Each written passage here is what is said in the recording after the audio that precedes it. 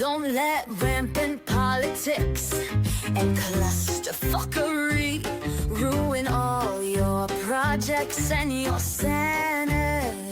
Smooth ugly penny lines and make it all make sense. Get experience by osmosis here on Corporate Underpants.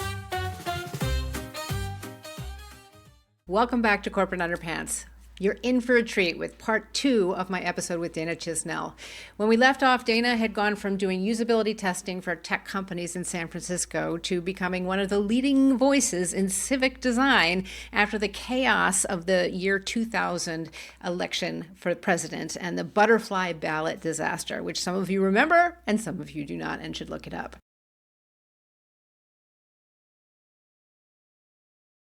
That path eventually led her straight to Washington, D.C., where she found herself sitting around a table with a bunch of other digital experts in the West Wing, talking about how badly government had failed everybody with technology with the botched launch of Healthcare.gov, which was supposed to help every single person in the United States sign up for healthcare.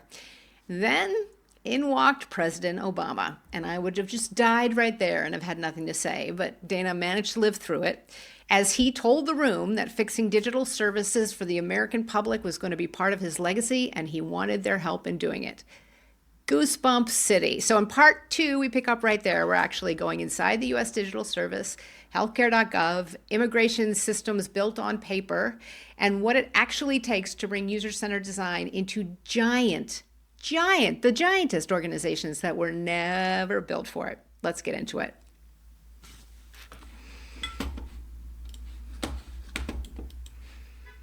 And he walked into the room while you guys were all sitting around a table. Yeah. And you didn't know he was coming. No. And He what was did busy. he say? He was busy. He'd just come from, he was either coming from or going to a press conference and had to make a statement about what was happening in the Middle East. Some things never changed. What he said was that delivering services over the public internet was going to be part of his legacy, that technology was going to be important to ensuring that Americans could get the benefits that they deserve, that the failure of the launch of Healthcare.gov, this was the biggest, by the way, service delivery that had happened in the government to date of implementing the Affordable Care Act, now sometimes called Obamacare, to launch that in October of 2013. Apparently nobody knew how to launch a website at scale at the time, and it fell over. The servers fell over. And when they were up, the response time was terrible. It was awful latency. But for the whippersnappers, again, these are slightly less whippersnappery, but Healthcare.gov was after this enormous, is part of this enormous effort to get all Americans covered by health insurance, right? Yeah. And that Healthcare.gov was the marketplace in which every single option would be available to every single American, and that everybody could log on and get healthcare of some kind or another and get everyone covered. And so there's this huge buildup to a website launching that then absolutely collapsed in on itself, which is not that surprising, honestly, because at that time, the technologies weren't as robust. I mean, we weren't using dial-up modems or anything, but having everybody or some giant or even some tiny percentage of Americans logging on trying to get healthcare at the same time, and it was a huge embarrassment. Yeah. It hadn't occurred to anybody who was involved in actually creating and delivering that program that millions of people would come to the website at the same time. At the time. Yeah. But it turns out they did, because there was a lot of need and a lot of interest, and the technology did not support that. So the federal chief technology officer, Todd Park, who came from Silicon Valley, had done some startup stuff himself, including a major medical health insurance company, called on a few of his tech nerd friends to come have a look at the system, see what was going on, and see if they could help fix it. Over about 3 or 4 months, they indeed did do that, implementing a bunch of a bunch of changes that you can read about in other places. And ultimately, 8 million people signed up for healthcare. They took a lot of work to do that. And today, tens of millions of people get their health insurance through Healthcare.gov, through the exchanges that are related to that. But at the time, it was a really big deal. Anyway, so President Obama, goes on in this talk saying that fiasco was not only embarrassing, it hurt a lot of people because they needed a health insurance, and the promise that we made of making it available to them was broken. And it turns out that there are something like 30 other projects at the time that kind of look like that in the federal government, where there are these big systems that are part of policy implementation. And he never wanted to see anything break like that ever again. So he was forming this team. And in case we hadn't figured it out, he was there because he wanted us to come work for him.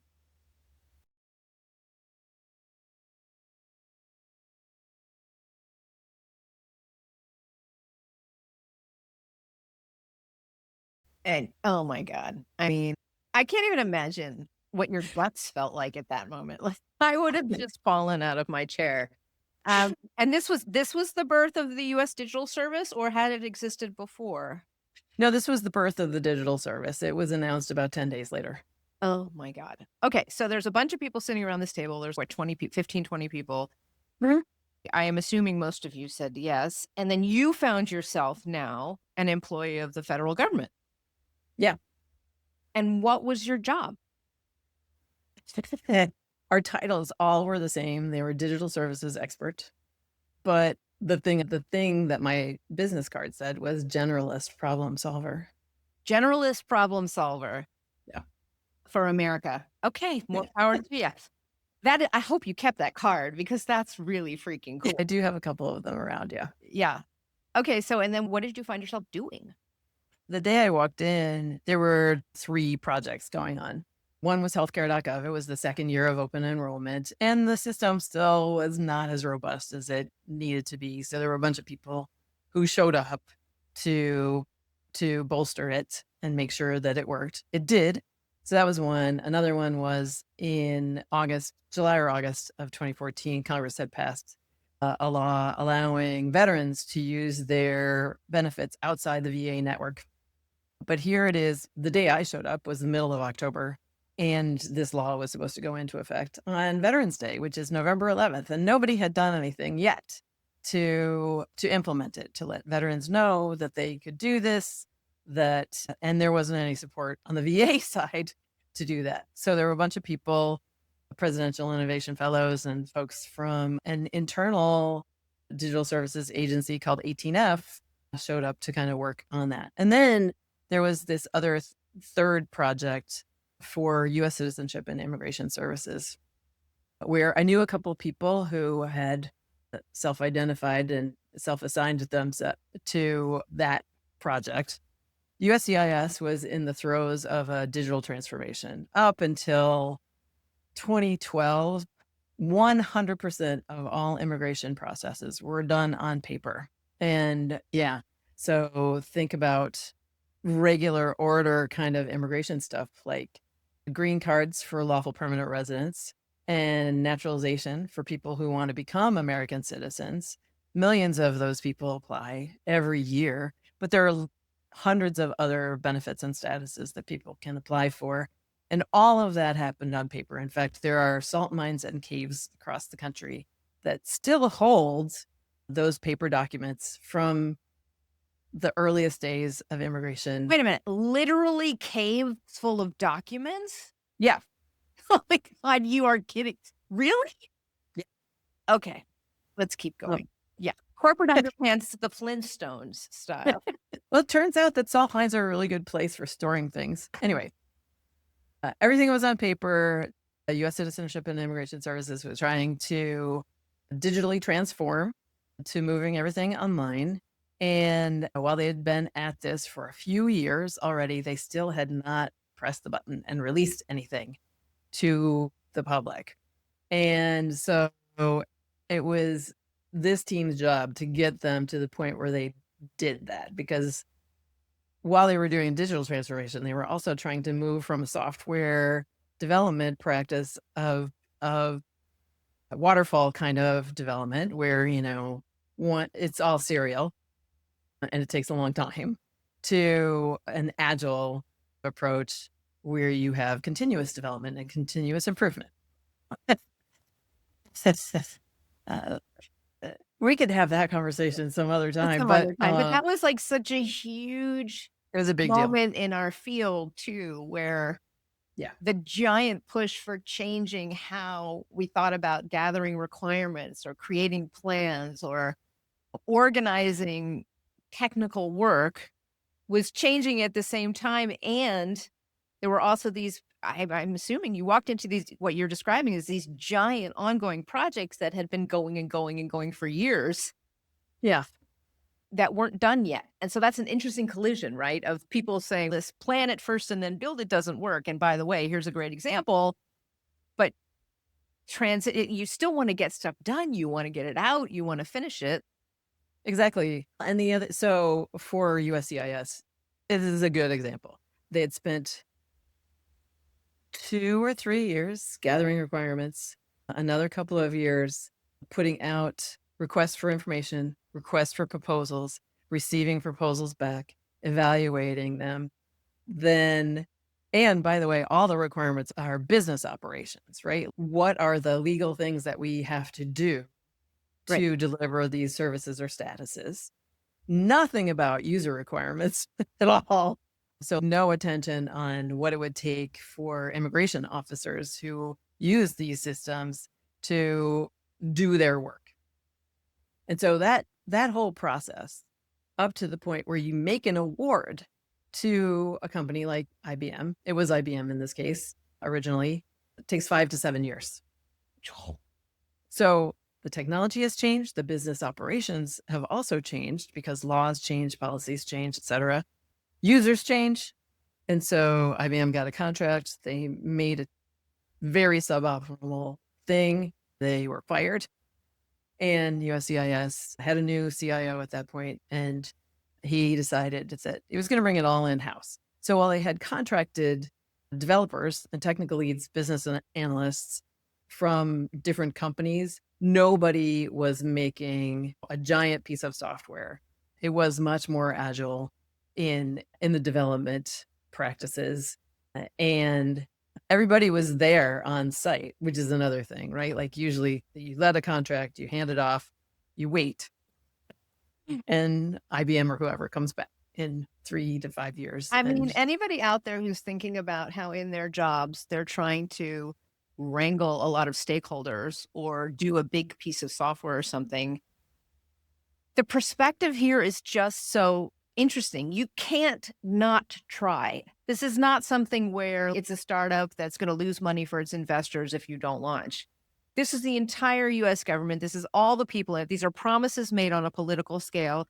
And at the time, also, immigration was seen as something that was related to the Statue of Liberty. Give us, you're tired, you're hungry, you're poor, not let's throw them in the equivalent of concentration camps. Not that I have an opinion about that.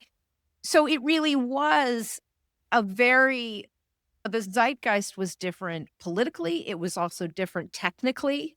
And there were these huge, ginormous contracts that get awarded through a ginormous process. I got to see I accidentally worked for the DOD when I first graduated because I was canvassing for an environmental group and got offered a job, which is just bananas. But seeing how these small business innovative research contracts went through and that they would send me to get an update from Georgia Tech, it's just this incredibly red tape, underpantsy process. You were doing it as large as humanly possible. And real people were being impacted or not getting helped. Yeah. And how do you come into something like that is so embedded? By that point, this idea of how you would create a contract, how you would win a contract on a technical basis, that was really set and embedded. So how it do you- was, but the people who I worked with at USCIS were all people who could see that system was not working. That old system of the way of doing things was not giving them the results that they wanted. So they were ready to do something else. And they had pretty good leadership. And then the digital service team that I was on showed up there to enable, support, coach, teach even more and better practices. So what did your job end up being next? You were in US Digital Service, you were working on immigration stuff in the salt mines, so to speak. And what was your title by this point? I was still a digital services expert, but the work that I was doing was largely started out as user research, right? I went out to the service centers where deferred action for title arrivals gets adjudicated, and I sat next to immigration officers who were reviewing and making those decisions to learn how they did it and see the crappy tools that they had for doing that work, and came back and reported on that to DC. But I was the only designer researcher there out of about 120 or 150 people. I could not do all the design there was to do. There were 11 or 12 front end developers altogether. And really, I ended up corralling them on doing better user interface and interaction design. Ultimately, I ran a bunch of experiments and to try to get better practices going generally. We ran regular usability testing. This is also, remember, working remotely was not a thing. And to do usability, I didn't have a lab. I didn't have any support. I was trying to get enough ahead to whatever the next sprints were to do prototypes and test those out with subject matter experts, with immigration officers across the country, and using Skype for Business on computers that are not set up for it, and running these sessions where I made the front end developers sit and listen and watch. Like I would literally go to their scrum rooms and grab them and say, okay, we're going to do this now and you're going to watch and listen. And I did that a few times. And then one day I came in, I'm like, we're going to do some more testing on this prototype. And everybody was missing. Like I couldn't find any of the front end developers to harass them. And so I started going around to their scrum rooms, and what had happened was they had all tuned into the testing from their scrum rooms, and they were making their teams listen and watch too. I was like, and I want it's working. Here. I want to pause here because I know where this is going, because I know what you ended up doing on a bigger scale, but also, you know, there's so much talk right now about how do we get influence? How do we use AI in our work? How can we be a team of whatever? It's just bullying. What? It's just bullying. Bullying? Okay. I want to hear more about that in a second. But no, it's about building relationships. It's about building relationships. It's about, or even most simply put, drag someone else's ass into watch. You ask some basic questions to users. Basic questions like, what would you click next? This ancient, in terms of user experience and usability, idea of make someone above you watch someone else, your intended user, use some version of what it is you plan to build. Yeah. And in a way, that simple thing, which is not as simple in in practice, you have to go around and drag some developers in or whatever. But that's really powerful, because what just happened was you were dragging them into watching users stumble over shit. Then one day you went to find them and discovered they were making their teams watch users stumble over shit. Yeah, because they learned things from doing this about how the work got done. They had no information. None of them was an expert on immigration. And they get a user story. They don't know how to implement it because they're imagining how users do their stuff. And so they were getting value out of those sessions, and it was helping them make better decisions.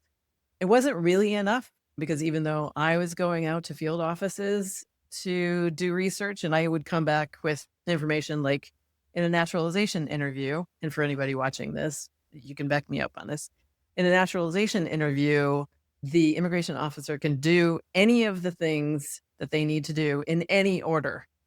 And so some of the required things are an English test, a written English test, a spoken English test, a civics test, which I'm pretty sure that most native born Americans could not pass. And you have to answer, they've changed the passing criteria, but at the time you had to answer 6 out of 10 correctly. I think it's more than that now. And then there are a few other things. You go through the application form, which at the time was about 25 pages long, and verify the answers to the questions on the application form.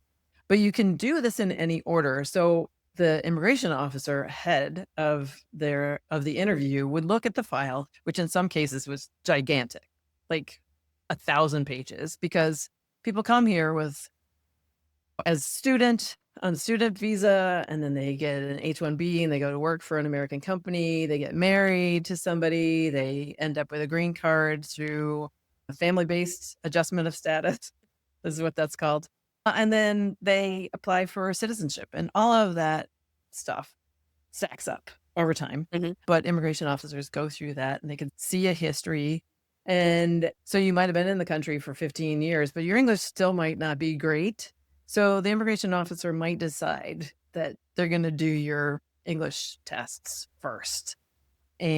Or they know that people are really freaked out about the civics test, and they'll try to get that out of the way right away because people study really hard for that.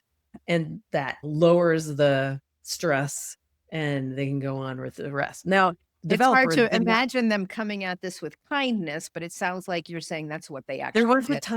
There was a time when they did. Yeah. Developers did not believe me when I told them that you could do this in any order because they're trying to develop a user interface that has some logic to it. And I made a bet with the product owner at one point and asked her to send out 3 developers and a technical lead to a field office so they could watch interviews. And her position was that design was a technical problem and that coders should be coding 100% of the time. Also, the contracts did not have money in them or conditions in them that actually allowed anybody to go into the field to do observations like this. So how did you, okay, so hold on one second. So okay. the bet was that if this pod of developers went out into the field for one day, they went to the Philadelphia field office, which was very happy to receive them, to observe 4 or 5 or 6 interviews. If when they came back, the quality of their work wasn't better and their velocity wasn't faster, I would shut up and this never happened. Okay, I love this. And I'm like, what I tell people about, I have all this stuff on personas. I used to do data-driven personas. Now I do alignment personas with assumptions. The reason I'm telling you this is because recently we've been telling the story of at Amazon. We tried doing data-driven personas. It didn't work. And instead we did this sort of alignment work, but we didn't tell anybody.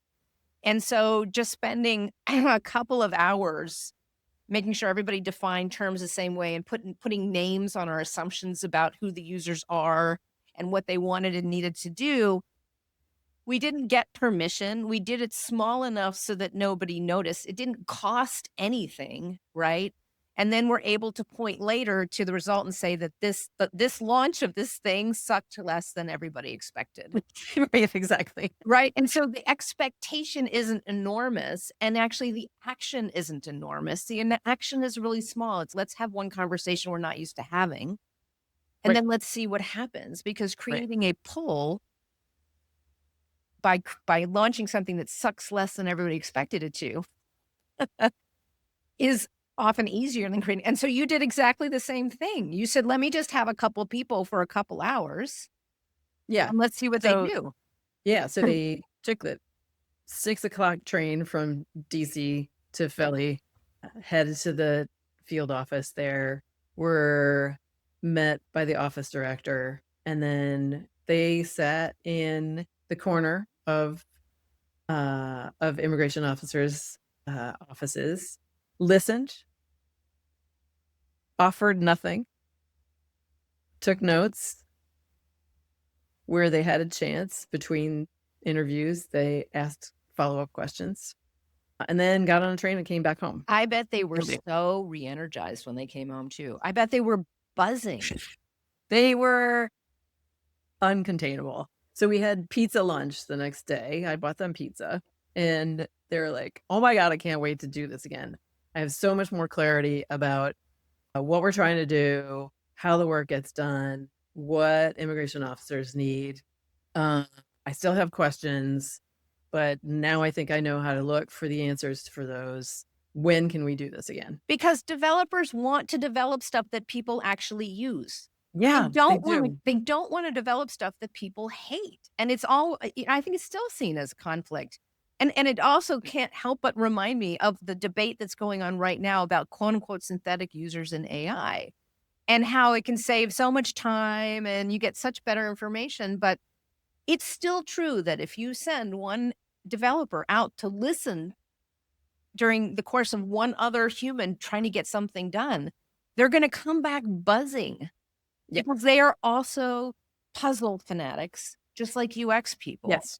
Yes. And if you give them the juicy goodness of a real puzzle, then they can get about to solving it. Yeah, exactly. So we did this and proved it out over the next 2 sprints. Their sprints were 2 weeks long. Okay. And they had this ritual where they did end of sprint demos for the subject matter experts who acted as the users and ultimately gave the thumbs up or the thumbs down to whether the thing met the user acceptance criteria. And up until this point, this team sent about 30% of their stories back to the backlog every sprint because the user is like, no. And for the next 2 sprints, all of the stories were accepted. Oh my God. And I got email from the subject matter experts boss saying, "What did you do to these guys? Because the stuff is really good." So besides the field visits, we'd also changed sort of the rhythm of what happened in the sprints because they were not showing anything until the very end. I was like, what if you just did a really crappy kind of mock-up at the beginning based on the stories that you have of the sprint, and you showed that, trying to trick them into doing prototypes, and you showed that to users, to your SMEs, and got feedback right away before you commit any code. And they're like, yeah, I could do that. You just don't call it a prototype. Like, what if we Yeah. do this little thing? I love how you have become that also what you're talking about is this bigger picture thing that we should all remember too, that when faced with a giant problem or a giant challenge, often the best place to look is the tiniest, smallest place that you can influence at the moment. You were in this position in the US Digital Service of being like this digital expert, and now you're just asking one person to do one thing in a slightly different way. Yeah, basically. Yeah. Yeah. That period is where I went from being practitioner, doer, maker to enabler, teacher, coach, cheerleader, nagger. And every day I was wondering, what am I supposed to be doing today? How am I going to move this forward? And I made up a lot of stuff as I went along, and some of it worked. The design sprint did not work, but we fixed that. Okay, the design sprint did not work. That's interesting. Why? Doing a Google X style startup design sprint happens in 5 days. And at least at the time, my government partners could not move that fast. Mm-hmm. I couldn't get the people in the room that I needed to have in the room. And I did the same thing. I just stretched it out over 8 weeks. Yeah. And so so what year are we up to? What title? Because we're going to keep going. So I left the digital service in 2016, October of 2016. But before that, you ended up with a bigger title, right? Were you still the government at that point when you left the digital service? Oh, yeah. Okay. Keep going. Yes. So instead of staying for the 3 months that I thought that I was going to be there for, I stayed for an entire 2-year tour. I left in October of 2016, went off and worked in a civic incubator with some friends on a thing that we called Project Redesign. After, actually, I should say, I went back to the Center for Civic Design for a few years, worked with the Virginia Department of Elections pretty intensely for a couple of years, and did a bunch of other stuff in the election space. Then left there in 2020, started what we called Project Redesign at the National Conference on Citizenship, where we tried to apply human-centered design to policy making. Some very worthwhile experiments, including seeding how the Biden administration approached refugee admissions in a much speedier way. So yeah, did that for a few years. And then President Biden was elected. A bunch of my friends were going back into government. And so I boomeranged back to the digital service in February of 2021. And immediately, not quite immediately, worked on some COVID response things because it was still COVID then, and like emergency rental assistance. And then got myself assigned to the Department of Homeland Security because I wanted to go back to work on immigration related stuff. Now, you're not there anymore. I'll go ahead and say that right now, and haven't been for a while. When you were working at such a big department that is so spread out, and you had discovered that involving other people, mentoring them to do some of this good work on their own, what I'm getting at is that you, I think at this point, we're working on this whole model of how do you empower people with the tools of UX, of usability, of design, of communication, of information architecture.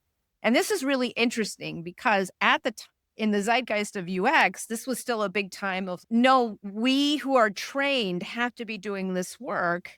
And if other people are doing this work, they're doing it wrong and they're diluting our industry. Information architects have to be trained to do information architecture. Don't just have, and it's developer, somebody who codes can also not also be a user interface designer, which is all both true and useless to somebody in your position who is trying to impact the outcome, the output of the ginormous set of organizations. And I know because I've seen your presentations on this, and Jared Spool talks about some of the stuff that you've done in this too. But at the time, how did you approach that? How did you tell everybody else how you did this? I did very little telling. But sorry, you were going to ask a follow-up question. No, I just thought I left you in a weird spot. Yes. I know. So what I'm getting at is what I've heard about your efforts to not limit the number of people who know how to do some of these things to the people who have tons. You democratized some of our field. I really hate that term, but okay, please tell it. Then just there, you go now. So the challenge that I have with talking about it as democratizing is that suggests an institutional construct that doesn't exist. We don't have certifications. We don't have licenses. So it's not like we're giving it away. And there's way more work to do than can be done by the number of professionals that are available. When I walked in the door at USCIS in 2014, there were 0 designers of any kind. Nobody knew the words user-centered design. And they looked at me weird when I said that. Fast forward to 2021, and there are product teams, there are product managers, there are UX people, there are interaction designers. There are not nearly enough of them, but they exist. By the time I left in the spring of 2025, which seems like forever ago now, so much has happened, there were 90 designers just at USCIS. There were at least 200 design-ish persons across the department who I knew about, and probably lots of other ones. But the cool thing is, when I came back in 2021 and started to look at the landscape across this giant department, 260,000 employees, that doesn't account contractors, people had figured out that you needed to listen to your users and know them and understand what their needs were. And people were making up listening sessions or public engagement events where they were doing things that you would recognize as human-centered design practices They didn't know that was a thing. And like when I moved from being in the digital service to then becoming the executive director for customer experience at the department, we did everything we could possibly do in that team to enable those people to do more of that and to do it better and to make it parts of their jobs so they were rewarded for doing it. Enable them to do more of it and to do better and get rewarded for it. Yeah, I that's a love that key thing. because all of us can take that on, is enable more people to do better work, see the results, and get rewarded for it as well. Yeah. And part of that reward could be as simple as, hey, look, more people, we've got fewer questions coming in through support. Anything to reward, doesn't have to be money, but to have No, that perspective. but there's also a mindset in civil service that if it's not in my job description, it comes under this clause of and any other duties as assigned. Yeah, yeah, yeah. And those kinds of activities often came under any other duties as assigned. So instead, we tried to create infrastructure and practices at the department where it was actually part of people's performance So your plan. users really became the people that worked in the organization, Mhm. and your product and project became whatever materials or information or whatever you could give them to do this kind of work better. Yeah, And I think exactly. that's a really great example of, as people become more and more senior in our field, in user experience, usability, information architecture, whatever, I think where some of the power comes from is seeing our colleagues as our users or our bosses as our users, as opposed to saying, well, all this internal stuff, all this political stuff is something I'm going to avoid. I'm going to avoid politics, Oh, which has quite a twist to it these days. You can't avoid politics in your life, and you really shouldn't be ignoring politics in your work, because if you can master this, how do decisions get made? How does work get done? What materials can I create that make my colleagues better at doing better work? yeah. That's where real seniority and influence comes from. It's a service to the people you work with and for. Yeah, And I think exactly. your career is a huge example of that. And I got lucky in terms of timing ending up at DHS when I did, because there was alignment from the bottom to the top, all the way up to the secretary and beyond to the president, who signed an executive order in December of 21, specifically calling for departments to create customer experience functions and outlined what that looks like. And that was basically how I ended up. There was a position that was created to support that at the department.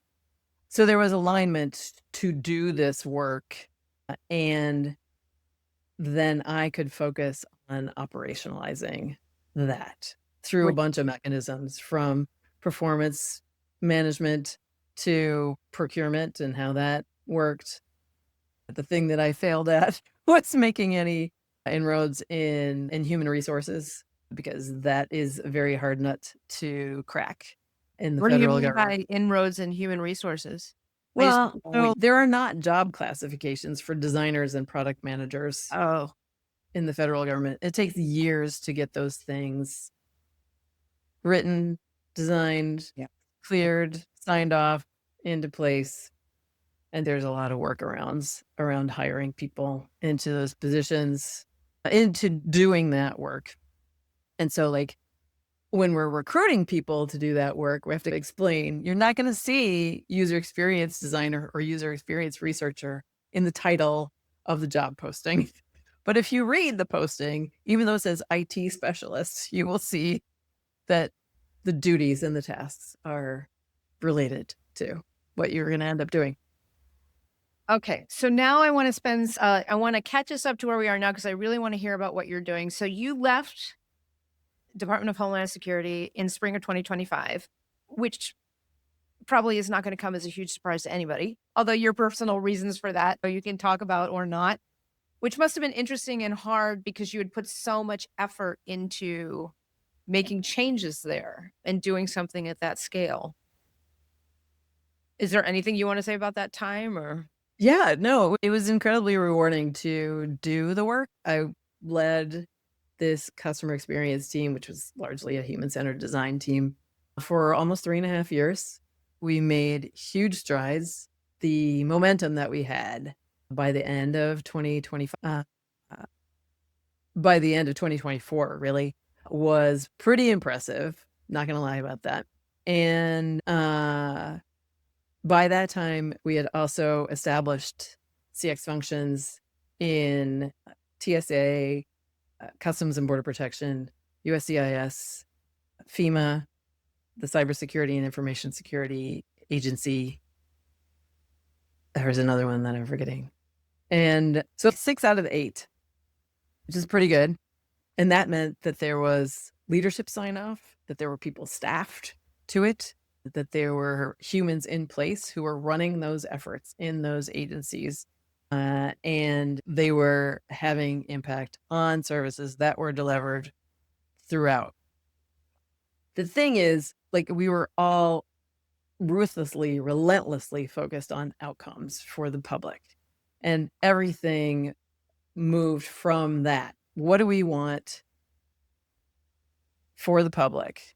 What's the experience that we want them to have?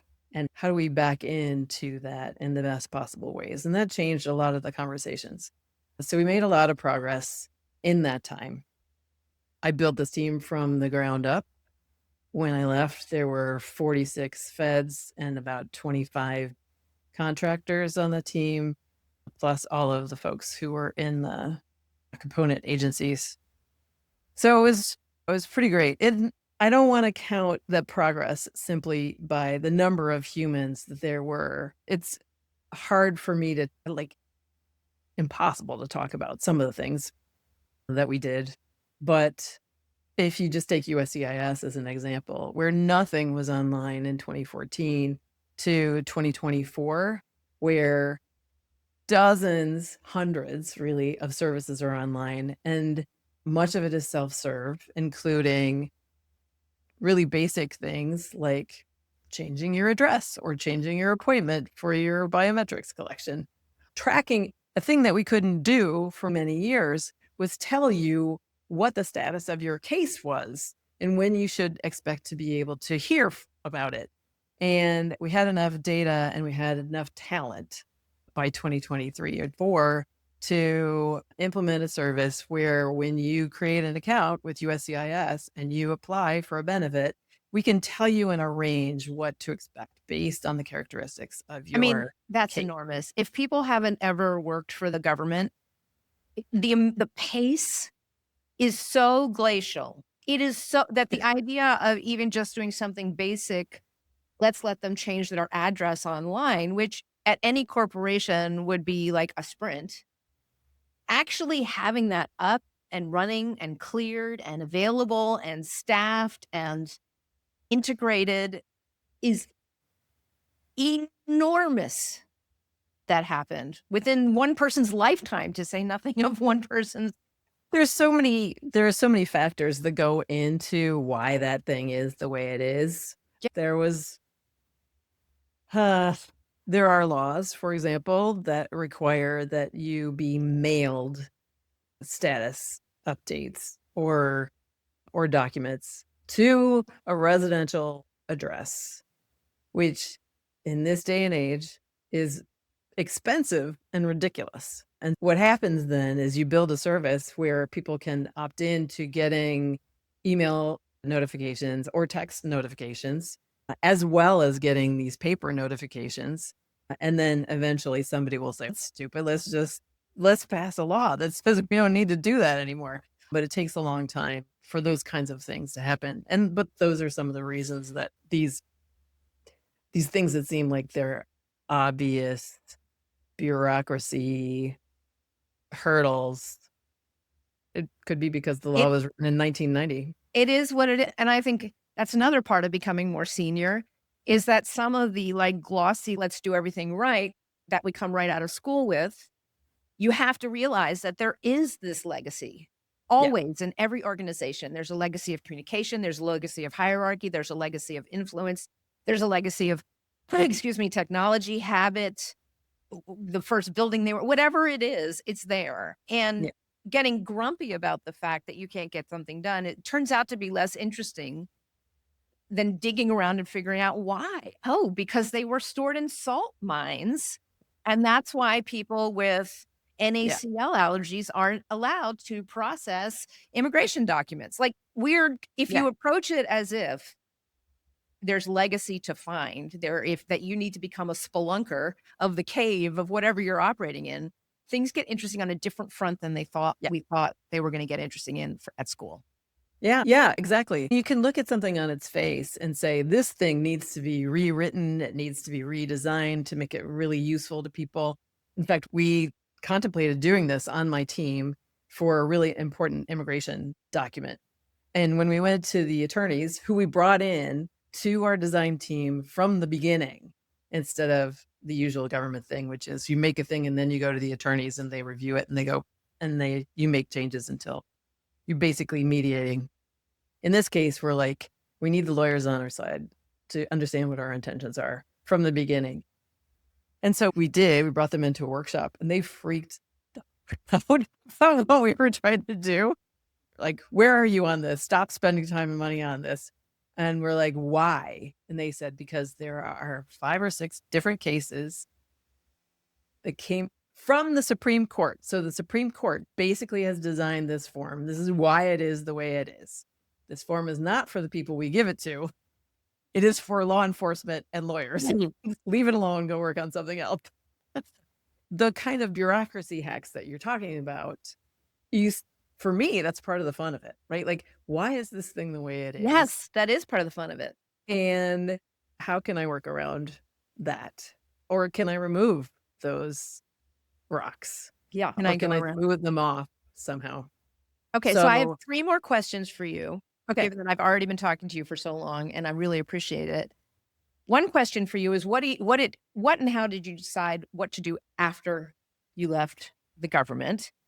The second one is, do you have any additional thoughts or advice for people who are seeking to become as senior as you've become? And the third one is selfish, which is, there are so many of us out of work right now, and there are so many of us struggling mentally and emotionally and professionally with what's going on.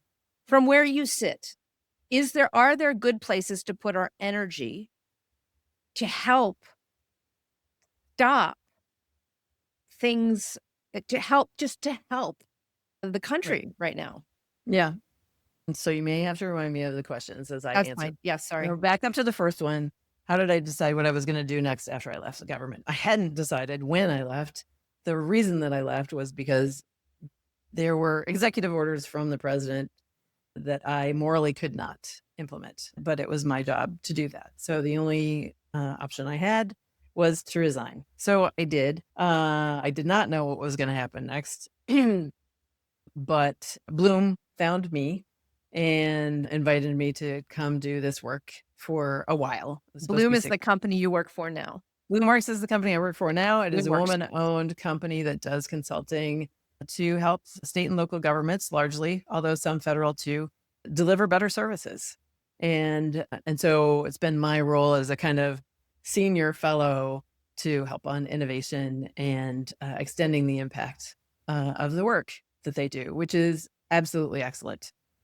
Yeah, if you get a chance, spend a couple of minutes going around the site, because some of the case studies and the insights are really fantastic, especially a bunch of the work around child welfare, unemployment, and lots of other awesome, juicy things. A phenomenal company.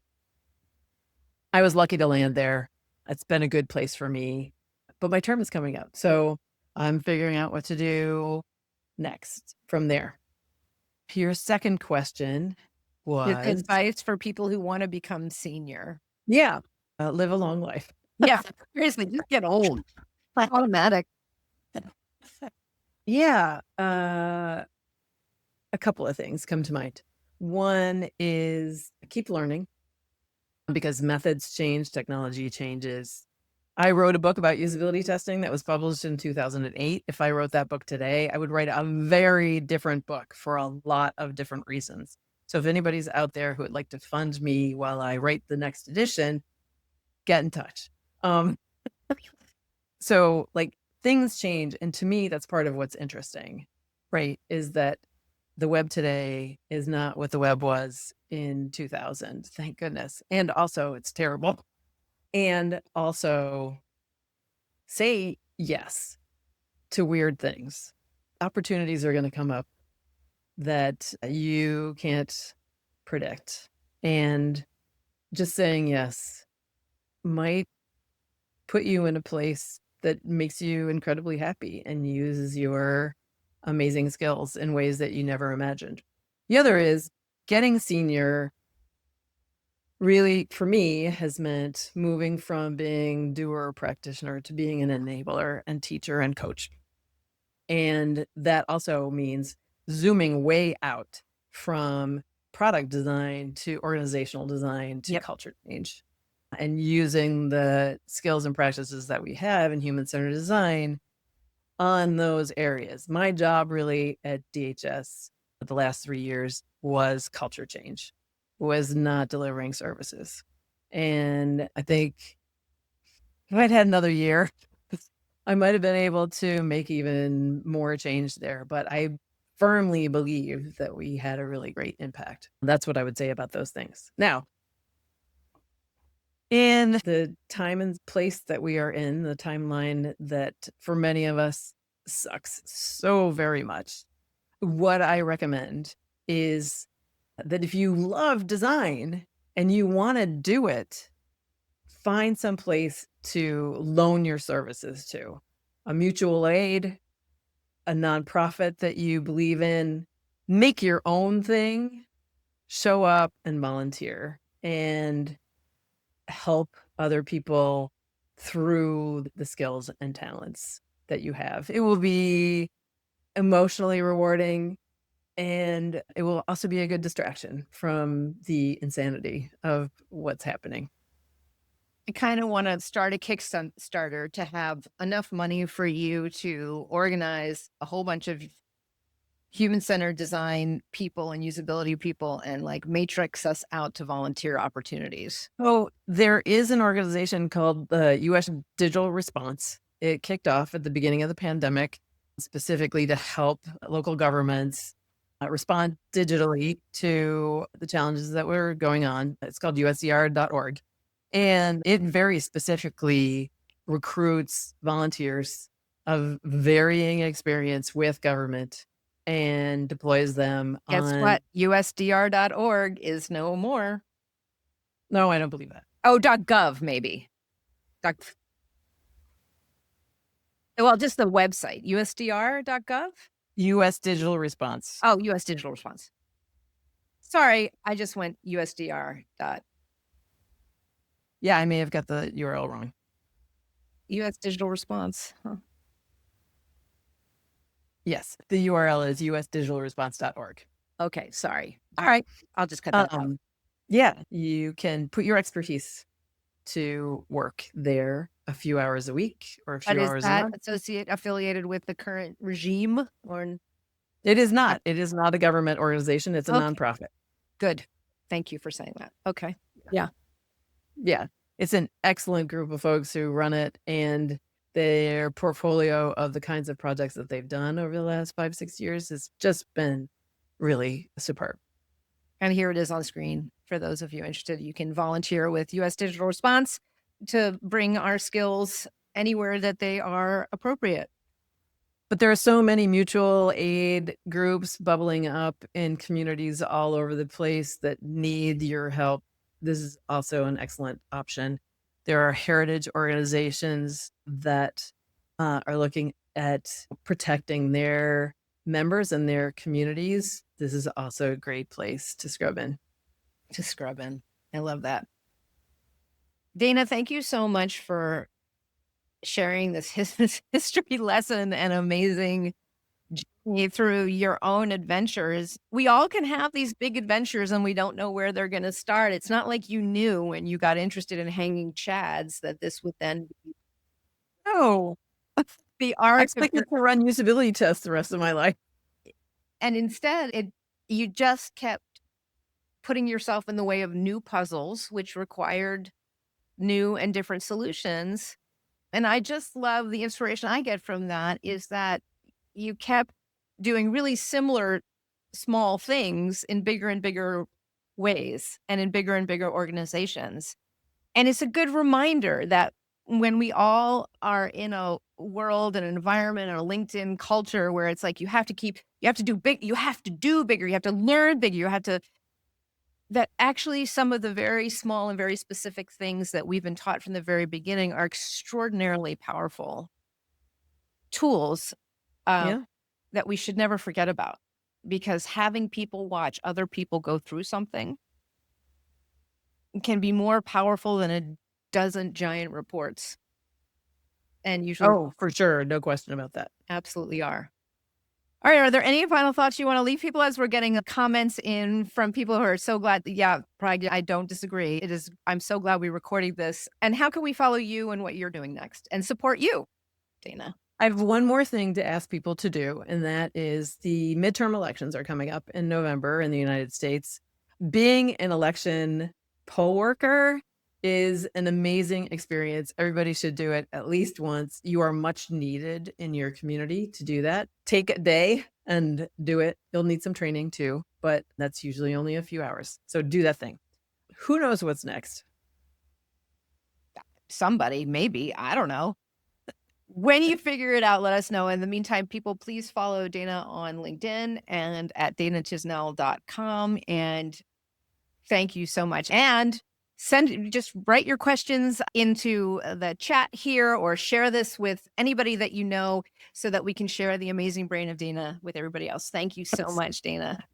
Thank you, Tamara. I really appreciate it. If you find me on LinkedIn and you want to connect, tell me that you saw this because otherwise I will ignore your request. Fair enough. Okay, everybody, join me again for the next episode of Corporate Underpants. The next one you're going to see is I'm going to release Julie Francis's interview, and then I'm going to release this interview. And if you can think of other great minds that should absolutely be on Corporate Underpants, please let me know. Talk to you soon. Thanks, Sarah.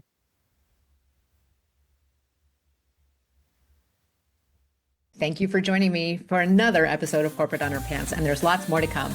If you have any projects that you need my help on, if you're interested in coaching to become a senior product leader through understanding alignment in politics, or if you're interested in any of the classes or books that I'm developing, please visit my website, adlininc.com, and get in touch.